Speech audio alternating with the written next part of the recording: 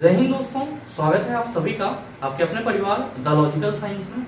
मैं हूं आलोक सिंह आतीश और आज के इस वीडियो सेशन में हम लोग डिस्कस करने वाले हैं group D 2018 shift wise science question discussion में 28 सितंबर के फर्स्ट शिफ्ट में पूछे गए सभी साइंस क्वेश्चन की। जी हाँ दोस्तों, इससे पीछे के वीडियो सेशन में हम लोगों ने group D 2018 shift wise science question discussion में 27 सितंबर के थर्ड शिफ्ट में पूछे गए क्वेश्चन को डिस्कस करा था। दोस्तों आज के इस सेशन में हम लोग 28 सितंबर के फर्स्ट शिफ्ट की बात करेंगे। तो आइए बिना अपने समय को गंवाए हुए शुरू करते हैं आज के इस सेशन की और चलते हैं पहले क्वेश्चन की तरफ। आपका जो पहला क्वेश्चन है आज के इस सेशन का, क्वेश्चन नंबर 1, क्या पूछा जा रहा है आपसे पूछा जा रहा है कि डैश द्वारा निश्चित अनुपात का नियम उद्धृत किया गया है।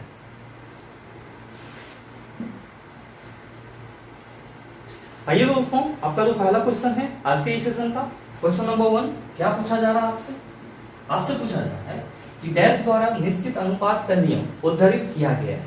ऑप्शन दिया हुआ है प्राउस्ट, दूसरा ऑप्शन है जॉन डाल्टन, तीसरा ऑप्शन है डेमोक्रिटस, चौथा ऑप्शन है लावोसियर। मेरे मित्र आपसे क्वेश्चन करा जा रहा है कि आपके इन चारों वैज्ञानिक में से कौन से ऐसे वैज्ञानिक थे जिन्होंने निश्चित अनुपात के नियम का प्रतिपादन करा था।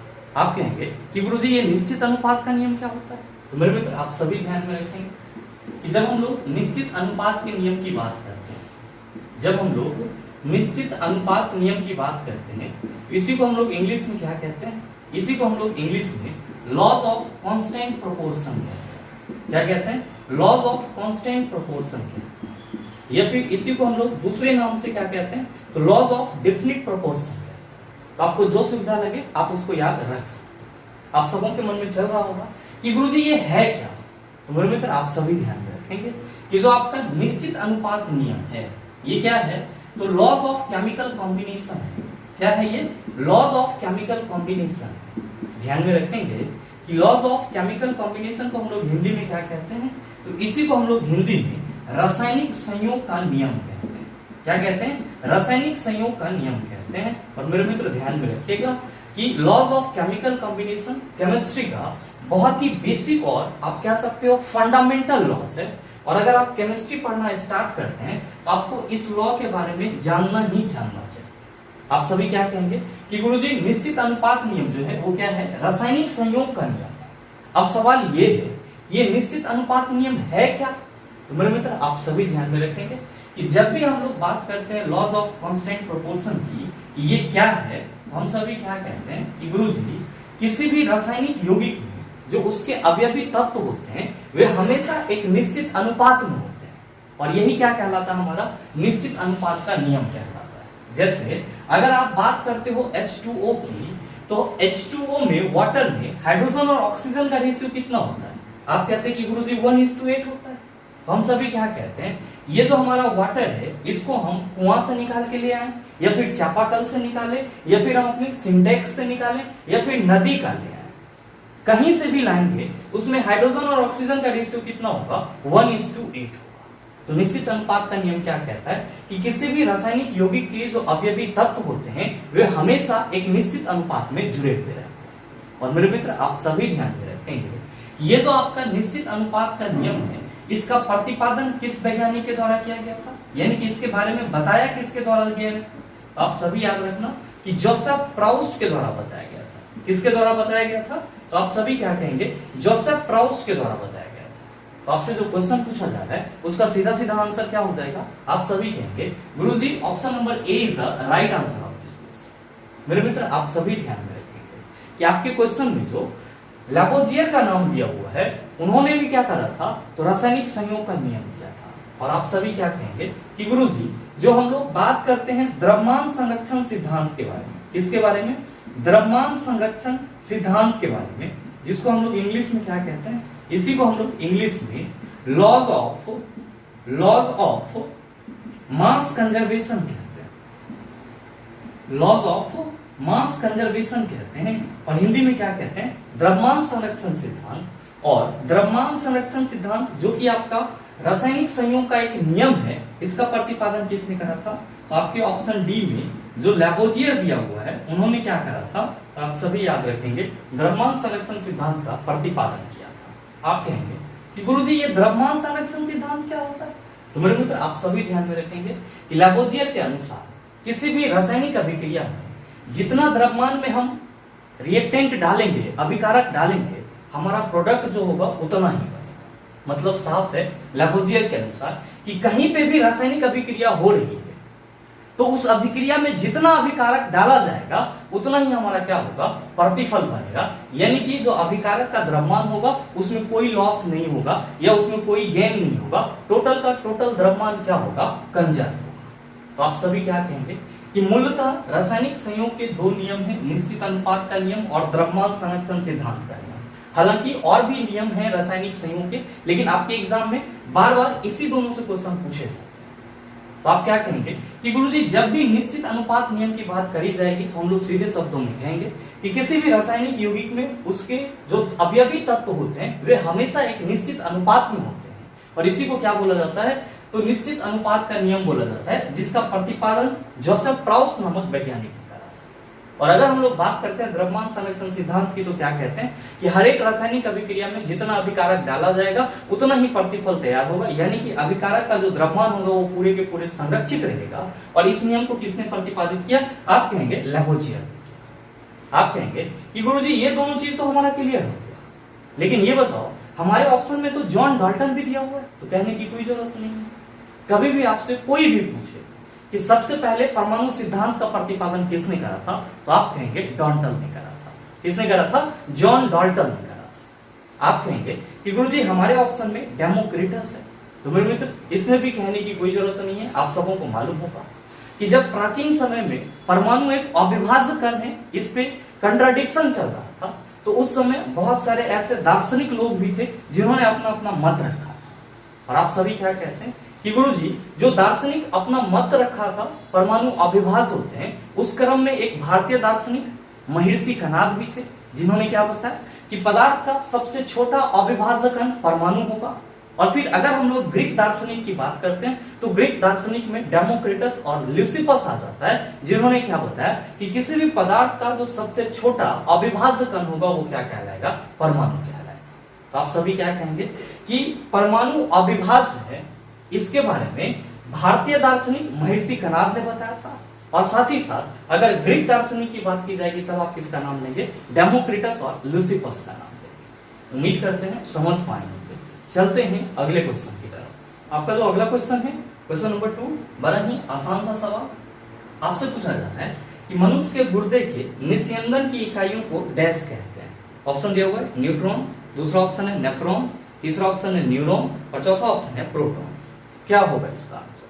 आपसे क्वेश्चन करा जा रहा है कि मनुष्य के गुर्दे की निस्यंदन की इकाई किसे बोला जाता है। आप क्या कहेंगे कि गुरुजी नेफ्रॉन को बोला जाता है। आप देख लीजिए कि नेफ्रॉन आपके किस ऑप्शन में है। आप कहेंगे सर ऑप्शन नंबर बी में है। आपके इस क्वेश्चन का सही आंसर क्या हो जाएगा, आप कहेंगे ऑप्शन नंबर बी हो जाएगा। बहुत सारे मित्र यहाँ पे कंफ्यूज हो रहे होंगे कि गुरुजी ये गुर्दा किसको बोला जाता है। मेरे मित्र आप सभी ध्यान में रखेंगे कि जब हम लोग किडनी की बात करते हैं तो किडनी को ही हम लोग हिंदी में क्या कहते हैं, इसी को हम लोग हिंदी में ब्रिक या फिर गुर्दा कहते हैं। और आप सभी ध्यान में रखिएगा, यहाँ पे आपसे क्वेश्चन पूछा गया कि मनुष्य के गुर्दे की निस्यंदन की इकाई किसे कहा जाता है, तो आपने बोला नेफ्रॉन को कहा जाता है।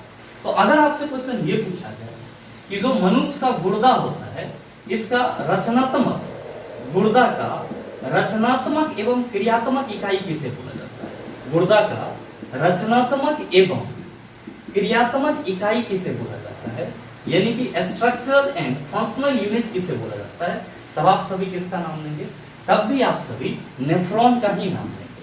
किसका नाम लेंगे, नेफ्रॉन्स का ही नाम लेंगे। और मेरे मित्र ध्यान में रखेंगे कि नेफ्रॉन को ही हम लोग क्या कहते हैं, तो सर इसको हम लोग वृक्क नलिका भी बोलते हैं। क्या बोलते हैं इसको, हम लोग वृक्क नलिका भी बोलते हैं। तो आप ये चीज भी ध्यान में रखिएगा। और साथ ही साथ आप सभी ध्यान में रखिएगा कि मनुष्य के गुर्दे में या फिर किडनी, मनुष्य के गुर्दे या फिर किडनी में लगभग कितने नेफ्रॉन होते हैं। तो आप सभी ध्यान में रखेंगे कि मनुष्य के गुर्दे या फिर वृक्क में लगभग 10 लाख नेफ्रॉन होते हैं। कितना नेफ्रॉन होते हैं, 10 लाख नेफ्रॉन होते हैं।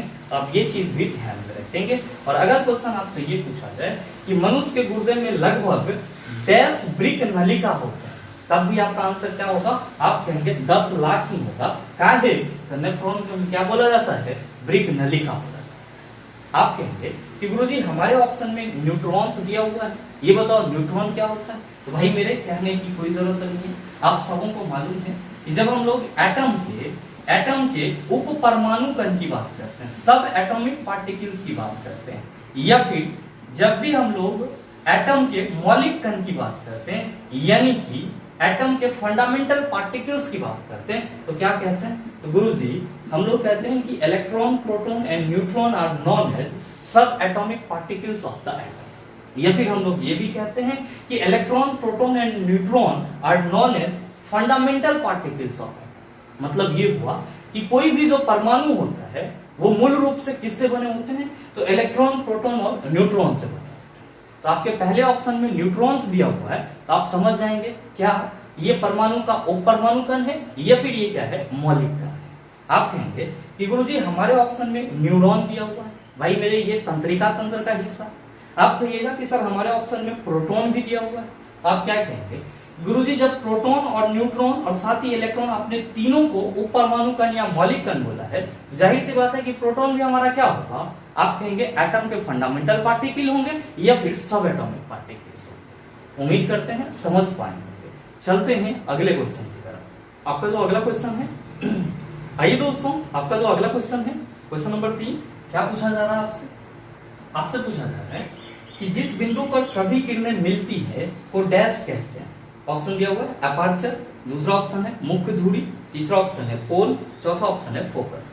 आपसे क्वेश्चन करा जा रहा है कि जिस बिंदु पर सभी प्रकाश की किरणें मिलती है उसे क्या बोला जाता है। आप क्या कहेंगे कि गुरुजी आपने पीछे के सेशन में बताया है कि अगर हम लोग बात करते हैं किसी अवतल दर्पण की, हम सभी क्या कहते हैं कि गुरुजी ये अवतल दर्पण का ध्रुव हो जाता है, ये फोकस हो जाता है और ये वक्रता केंद्र। और क्या कहते हैं कि अगर अवतल दर्पण के मुख्य अक्ष के समांतर आती हुई प्रकाश की किरणें दर्पण से परावर्तित होती है, वो कहां से होकर के गुजर जाती है, आप कहते हैं कि गुरुजी वो फोकस से होकर के गुजर जाती है। ध्यान दीजिएगा, यहाँ पे आपने किरण को ऊपर से लिया, आप नीचे से भी ले सकते हैं। ये प्रकाश की किरण क्या है, आप कहेंगे मुख्य अक्ष के समांतर है, परावर्तित होगी तो कहां से गुजरेगी, आप कहेंगे सर फोकस से होकर के गुजर जाएगी। मेरे मित्र आप सबको को क्या ध्यान रखना है, ये जो आपका फोकस बिंदु है ये दर्पण का क्या कहलाता है, मुख्य फोकस कहलाता है।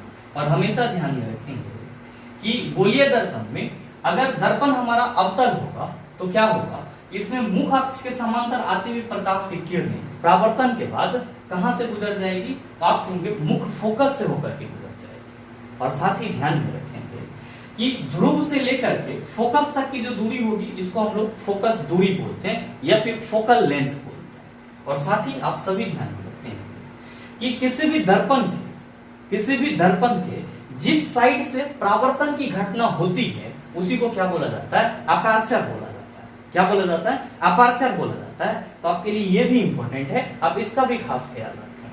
आप कहेंगे कि गुरुजी हमसे तो क्वेश्चन करा जा रहा है कि जिस बिंदु पर सभी किरणें मिलती है वो डैश कहते हैं, तो आप कहेंगे सर अब तो हम कह सकते हैं कि उसको फोकस कहते हैं। तो देख लीजिए कि फोकस आपके किस ऑप्शन में है, आप कहेंगे गुरुजी ये चौथे ऑप्शन में है, तो सही आंसर आपका क्या हो जाएगा, तो सर ऑप्शन नंबर डी हो जाएगा। बहुत सारे मित्र कहेंगे कि गुरुजी पहले ऑप्शन में अपर्चर दिया हुआ है, तो मेरे मित्र अभी जस्ट मैंने आपको बताया है, और न हो तो आप सभी लिख लेंगे कि दर्पण के जिस पोर्शन से यानी कि जिस भाग से दर्पण के जिस पोर्शन से परावर्तन की घटना होती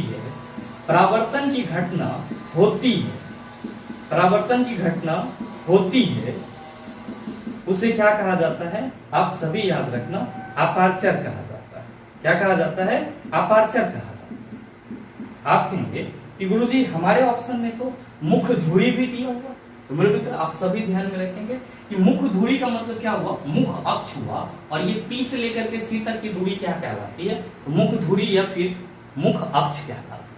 आप कहेंगे कि गुरुजी हमारे ऑप्शन में पोल भी दिया हुआ है, भाई मेरे ये जो दर्पण है और इसका जो ये मिड पॉइंट है इसी को हम लोग क्या बोलते हैं, दर्पण का ध्रुव बोलते हैं। आप कहेंगे सर ऑप्शन में फोकस है, तो भाई मेरे अभी जस्ट मैंने डिस्कस करा है, उम्मीद करते हैं समझ पाएंगे। चलते हैं अगले क्वेश्चन की तरफ। आपका जो अगला क्वेश्चन है क्वेश्चन नंबर 4, क्या पूछा जा रहा है आपसे पूछा जा रहा है यदि मनुष्यों में गुणसूत्रों की संख्या 46 है तो मनुष्यों की दैहिक कोशिकाओं में कितने गुणसूत्र विद्यमान होते हैं। ऑप्शन दिया हुआ है 23, दूसरा ऑप्शन है 46, तीसरा ऑप्शन है 24, चौथा ऑप्शन है 48। बताइए ना बनेगा? आप में से बहुत सारे मित्र कहेंगे बन गया। तो सही आंसर क्या होगा नीचे कमेंट करके जरूर बताइएगा, आपके कमेंट का इंतजार है। बहरहाल चलते हैं अगले क्वेश्चन की तरफ। आपका जो अगला क्वेश्चन है क्वेश्चन नंबर 5, बड़ा ही आसान सा सवाल आपसे पूछा जा रहा है कि डैश अर्धचालक है सेमीकंडक्टर। ऑप्शन दिया हुआ है पीबी, दूसरा ऑप्शन है जीए, तीसरा ऑप्शन है एसएन और आपका चौथा ऑप्शन है जी। क्या होगा इसका आंसर? आपसे क्वेश्चन करा जा रहा है कि आपके इन चारों ऑप्शन में से कौन सा अर्धचालक है यानी कि सेमीकंडक्टर है। आप क्या कहते हैं कि गुरुजी हम लोग को अच्छे से मालूम है कि जब हम लोग सुचालक की बात करते हैं तो सुचालक पदार्थ जो होते हैं वो किससे बने होते हैं? आप कहते हैं धातु से बने होते हैं। और जब हम लोग कुचालक की बात करते हैं तो आप सभी क्या कहते हैं कि गुरुजी ये अधातु से बने होते हैं। और जब हम लोग अर्धचालक की बात करते हैं तो आप सभी क्या कहते हैं कि गुरुजी अर्धचालक जो है वो उपधातु से बने होते हैं। किससे बने होते हैं? उपधातु से बने। आपसे जो क्वेश्चन कर रहा है कि डैश अर्धचालक है, यहाँ पे हम लोग को क्या देखना है? यहाँ पे हम लोग को ये देखना है कि कौन सा तत्व जो है हमारा वो उपधातु है यानी कि मेटालाइट है, और जो तत्व हमारा उपधातु होगा वही क्या होगा? आप कहेंगे अर्धचालक यानी कि सेमीकंडक्टर।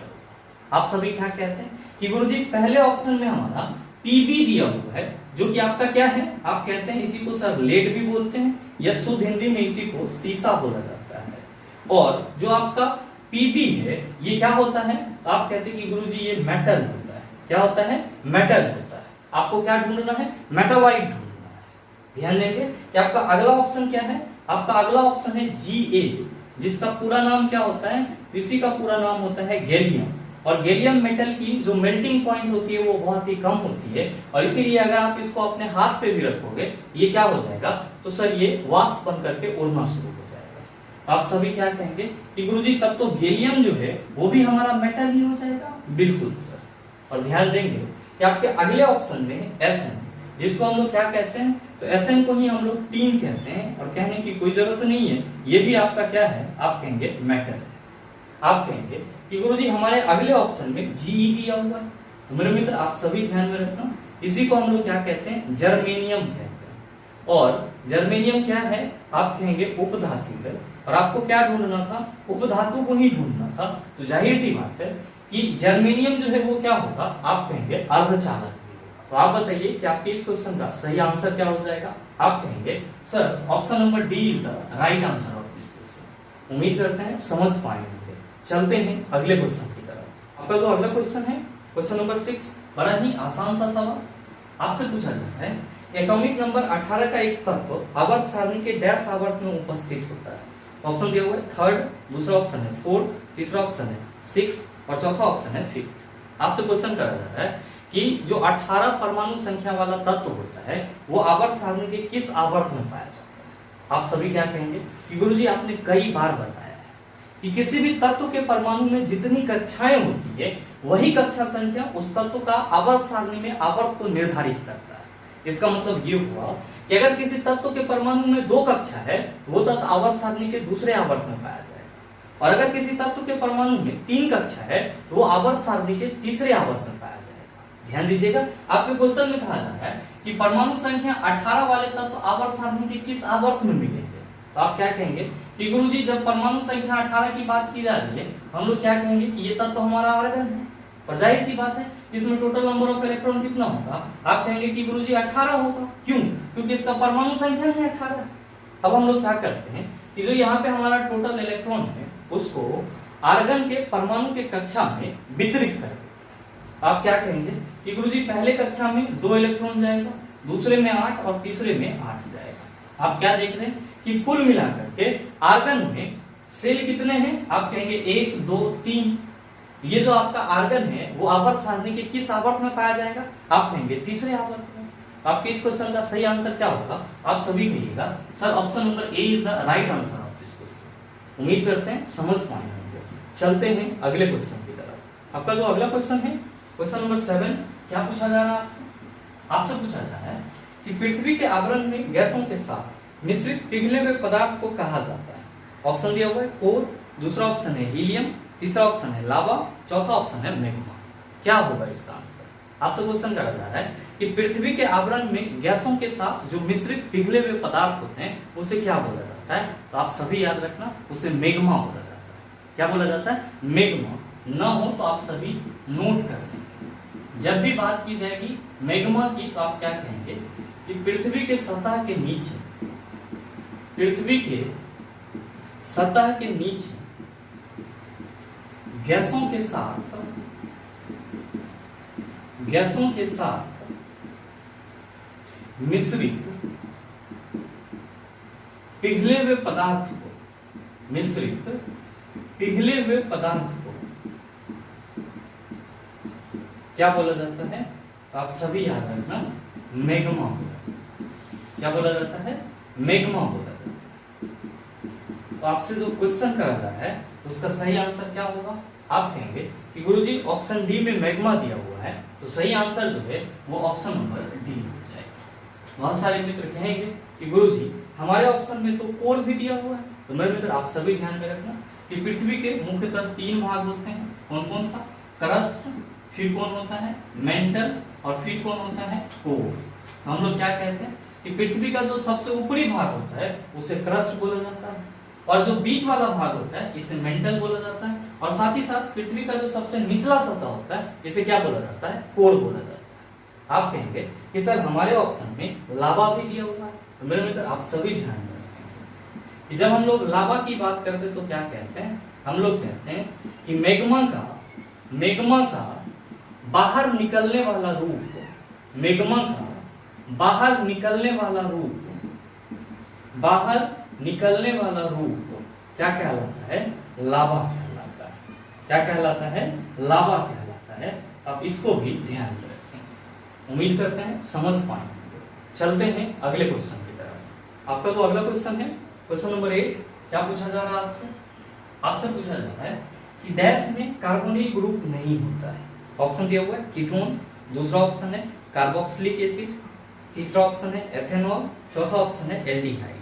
आपसे क्वेश्चन करा जाता है कि आपके इन चारों ऑप्शन में से किस में कार्बोनिल ग्रुप या कार्बोनिल समूह नहीं होता है? आप कहेंगे कि गुरुजी ये कार्बोनिल समूह क्या होता है?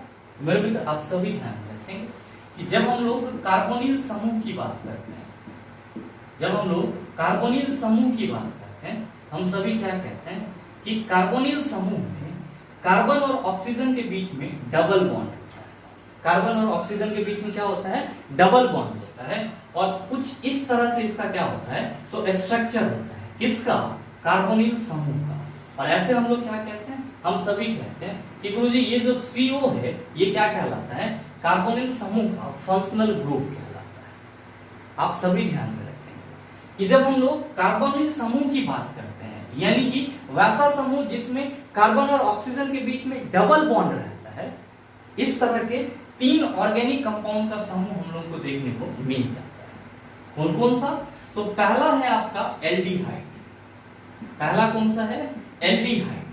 और ध्यान में रखेंगे कि एल्डिहाइड के लिए जो हम लोग फंक्शनल ग्रुप लिखते हैं वो क्या लिखते हैं? CHO लिखते हैं। क्या लिखते हैं? CHO लिखते हैं। और आप सभी ध्यान में रखेंगे इसमें कार्बन और ऑक्सीजन क्या होते हैं? एक दूसरे के साथ डबल बॉन्ड से जुड़े रहते हैं, और साथ ही हाइड्रोजन यहाँ पे जुटा हुआ रहता है। इसका मतलब ये हुआ कि एल्डिहाइड में क्या है? आप कहेंगे कार्बन और ऑक्सीजन के बीच में डबल बॉन्ड है। दैट मींस ये किससे बिलोंग करेगा?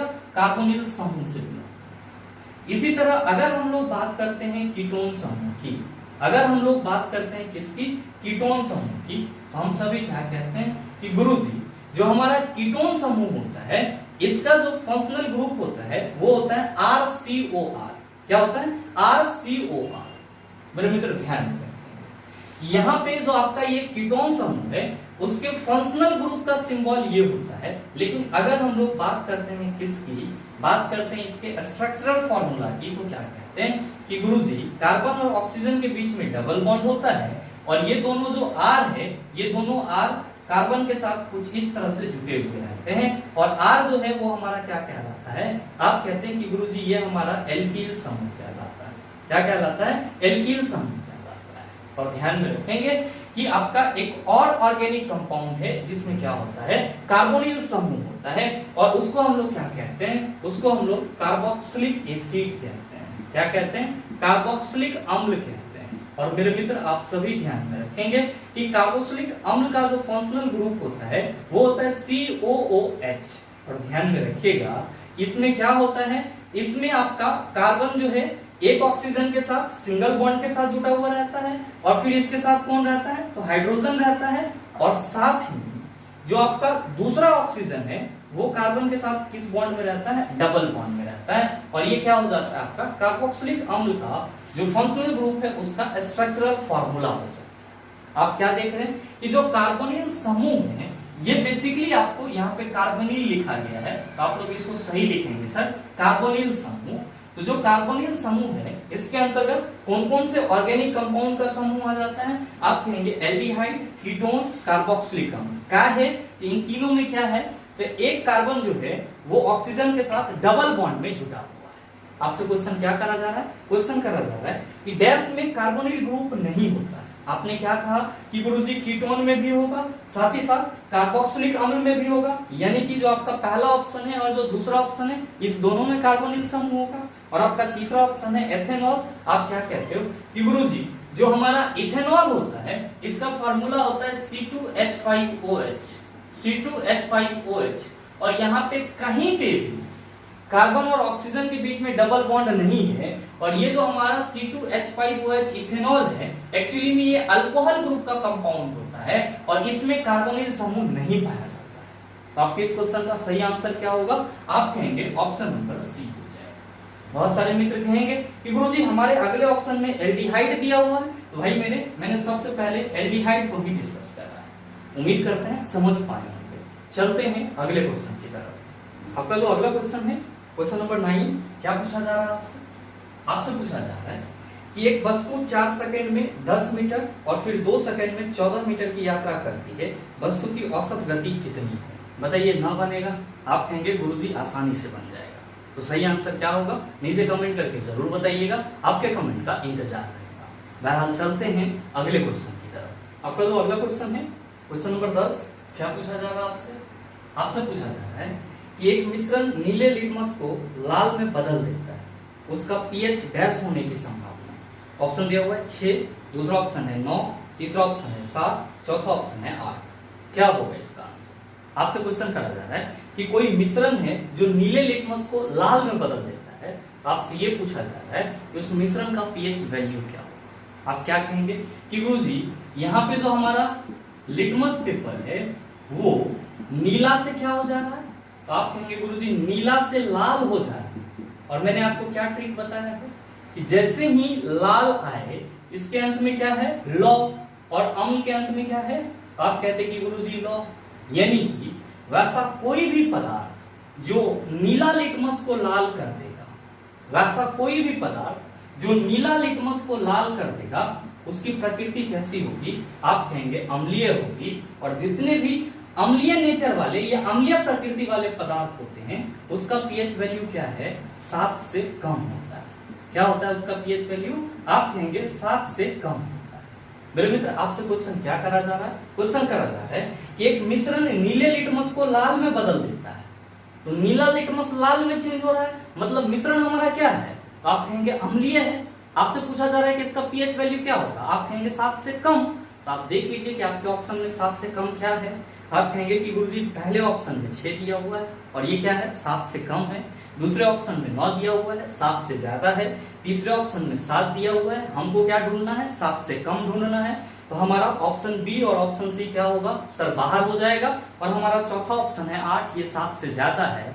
आप क्या कहेंगे कि गुरुजी हमारे इस क्वेश्चन का सही आंसर ऑप्शन नंबर ए हो जाएगा। उम्मीद करते हैं समझ पाएंगे। चलते हैं अगले क्वेश्चन की तरफ। आपका जो अगला क्वेश्चन है क्वेश्चन नंबर 11, क्या पूछा जा रहा है आपसे?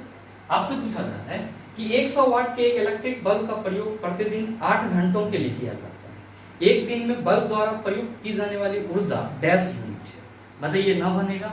आसानी से बन जाएगा। आपसे क्वेश्चन करा जा रहा है कि कोई 100 वाट का एक बल्ब है और ये प्रतिदिन 8 घंटा चलता है। तो आपसे ये पूछा जा रहा है इस बल्ब द्वारा एक दिन में कितना यूनिट ऊर्जा खर्च किया जाएगा। आप क्या कहेंगे कि गुरुजी आपने फॉर्मूला बताया है कि जब भी हमको इस तरह का क्वेश्चन पूछा जाए और क्वेश्चन में हमसे यूनिट मांगा जाए तो हम सभी क्या करते हैं, हम सभी जो हमारा इलेक्ट्रिकल अप्लायंसेस का पावर होता है उसको, और साथ ही साथ जितना देर चलाते हैं उसको, और जितना दिन चलाते हैं उसको गुना करके 1000 से डिवाइड करते हैं। ध्यान दीजिएगा, क्वेश्चन में कहा जा रहा है कि 100 वाट बल्ब को 8 घंटा प्रतिदिन चलाया जाता है। आपसे पूछा जा रहा है कि एक दिन में इसके द्वारा कितना यूनिट एनर्जी को खत्म किया जाएगा। आप कहेंगे 100 गुना 8 गुना 1/1000 हो जाएगा, 2 जीरो इसके साथ कैंसिल हो जाएगा, 8/10 हो जाएगा। और आप क्या कहेंगे कि गुरुजी बल्ब जो है वो 0.8 यूनिट खर्च करेगा, और हमारे इस क्वेश्चन का सही आंसर ऑप्शन नंबर डी हो जाएगा। उम्मीद करते हैं समझ पाएंगे। चलते हैं अगले क्वेश्चन की तरफ। आपका जो अगला क्वेश्चन है क्वेश्चन नंबर 12, बड़ा ही आसान सा सवाल। आपसे पूछा जाता है कि गति का दूसरा समीकरण डैश और समय के बीच संबंध देता है। ऑप्शन दिया हुआ है संवेग, दूसरा ऑप्शन है त्वरण, तीसरा ऑप्शन है वेग, चौथा ऑप्शन है स्थिति। मेरे मित्र आपसे क्वेश्चन करा जा रहा है कि जो गति का दूसरा समीकरण होता है वो किसके और समय के बीच संबंध देता है। आप सभी क्या कहते हैं कि गुरुजी गति का दूसरा समीकरण हम लोग s = ut + ½ at² लिखते हैं, और ये जो हमारा s है इसको हम लोग दूरी बोलते हैं, या फिर इसी को हम लोग क्या कहते हैं, स्थिति कहते हैं। और साथ ही आपने बताया है कि जब भी गति के समीकरण के द्वारा आपसे क्वेश्चन ये पूछा जाए कि कौन सा गति का समीकरण किस दो भौतिक राशि के बीच में संबंध बताता है, तो आप सभी क्या कहते हैं कि गुरुजी आपने बताया कि बराबर चिन्ह के इधर जो रहता है और बराबर चिन्ह के इधर जो लास्ट में रहता है उस दोनों को पकड़ लेना है और हमारा आंसर मिल जाएगा। आप क्या कहेंगे कि बराबर चिन्ह के इस साइड में दूरी या स्थिति इसको बोलते हैं, और इस साइड में लास्ट में समय है, तो हम कह सकते हैं कि गति का दूसरा समीकरण स्थिति और समय के बीच संबंध बताता है। स्थिति और समय के बीच संबंध बताता है। तो आप देख लीजिए कि आपके किस ऑप्शन में स्थिति दिया हुआ है। आप कहेंगे कि गुरुजी चौथे ऑप्शन में दिया हुआ है, तो सही आंसर क्या हो जाएगा, ऑप्शन नंबर डी हो जाएगा। ध्यान में रखिएगा। अगर हम लोग बात करें पहले समीकरण की तो v = u + at कहते हैं। v क्या है, वेग है, और साथ ही साथ लास्ट में t यहाँ पे समय। तो जो आपका पहला समीकरण है वो किसके बीच संबंध बताता है, वेग और समय के बीच संबंध बताता है। और तीसरा समीकरण v² = u² + 2as लिखते हैं। v क्या है, वेग है, और यहाँ पे s आप कहेंगे स्थिति, यानी कि गति का जो तीसरा समीकरण है वो वेग और स्थिति के बीच संबंध बताता है। उम्मीद करते हैं समझ पाएंगे। चलते हैं अगले क्वेश्चन की तरफ। आपका जो अगला क्वेश्चन है क्वेश्चन नंबर 13, क्या पूछा जा रहा है आपसे? आपसे पूछा जा रहा है निम्नलिखित की भिन्नता के कारण संपीड़न और विरलीकरण उत्पन्न होते हैं।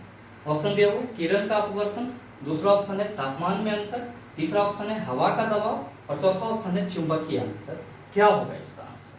आपसे क्वेश्चन करा जा रहा है कि आपके इन चारों ऑप्शन में से किसमें अंतर होने के चलते संपीड़न और विरलीकरण उत्पन्न होता है। आप सभी कहेंगे कि गुरुजी ये बताओ कि संपीड़न और विरलीकरण क्या होता है। तो भाई मेरे, मैंने आपको पीछे के सेशन में बताया है कि जब हम लोग संपीड़न और विरलन की बात करते हैं हम सभी क्या कहते हैं, आप कहते हैं कि गुरुजी जब अनुदैर्ध्य तरंग एक जगह से दूसरे जगह गमन करता है तो वो संपीड़न और विरलन के रूप में गमन करता है। अनुदैर्ध्य तरंग जब एक जगह से दूसरी जगह गमन करता है तो किस रूप में करता है, आप कहते हैं संपीड़न और विरलन के रूप में करता है। और ये जो संपीड़न और विरलन उत्पन्न होता है वो किसके कारण उत्पन्न होता है, तो आप सभी कहते हैं कि गुरुजी ये एयर प्रेशर के चलते उत्पन्न होता है, यानी कि वायु दाब के चलते उत्पन्न होता है, जिसको हम लोग ठेठ लैंग्वेज में हवा का दबाव भी कहते हैं। मतलब साफ है कि अनुदैर्ध्य तरंग जो संपीड़न और विरलन के रूप में गमन करती है, तो संपीड़न और विरलीकरण जो है वो एयर प्रेशर के चलते क्या होता है, उत्पन्न होता है। और ध्यान में रखेंगे कि संपीड़न की जगह पे डेंसिटी क्या होता है, ज्यादा होता है, और साथ ही साथ विरलन की जगह पे डेंसिटी क्या होती है, कम होती है। बहरहाल आपसे क्वेश्चन क्या करा जा रहा है, क्वेश्चन करा जा रहा है कि निम्नलिखित की भिन्नता के कारण संपीड़न और विरलीकरण उत्पन्न होते हैं। आप कहेंगे हवा के दबाव के चलते, तो सही आंसर क्या होगा, आप सभी कहेंगे sir option number C is the right answer of this question. आपके इसी क्वेश्चन के साथ 28 सितंबर के फर्स्ट शिफ्ट में जो भी क्वेश्चन पूछे गए थे और जितना क्वेश्चन हमारे पास अवेलेबल था वो पूरी तरह से कंप्लीट होता है। आप सबों को पच नहीं रहा होगा कि गुरुजी इस शिफ्ट में क्या 13 क्वेश्चन ही पूछे गए। मेरे मित्र मुझे भी नहीं लगता कि इस शिफ्ट में केवल 13 क्वेश्चन ही पूछे गए होंगे, और भी क्वेश्चन पूछे गए होंगे, लेकिन मैंने जहां से वो रिस्पॉन्स शीट लिया है उस रिस्पॉन्स शीट में केवल 13 क्वेश्चन ही साइंस के हैं, और जो बाकी के क्वेश्चन हुए वो अगले शिफ्ट का है। तो इस शिफ्ट में हम लोग 13 क्वेश्चन ही करेंगे। उम्मीद करते हैं कि आप सभी क्वेश्चन को समझ पाए होंगे, और साथ ही अब आपको इस टाइप का क्वेश्चन दोबारा दे दिया जाए तो आप उसका जवाब 100% दे सकते हैं। साथ ही उम्मीद करते हैं कि ये वीडियो आपको अच्छा लगा होगा। अगर आपको वीडियो अच्छा लगा तो वीडियो को लाइक कीजिएगा, ज़्यादा से ज़्यादा शेयर कीजिएगा, और हाँ, अगर आप चैनल पे नए हैं तो सब्सक्राइब करके बेल आइकन दबा लीजिएगा, ताकि इस तरह के एग्जाम रेलेवेंट वीडियो का नोटिफिकेशन सबसे पहले आपके पास पहुंचे और आप उसको सबसे पहले देख पाओ। मिलते हैं फिर अगले सेशन में, तब तक के लिए best of luck. Thank you, have a nice day.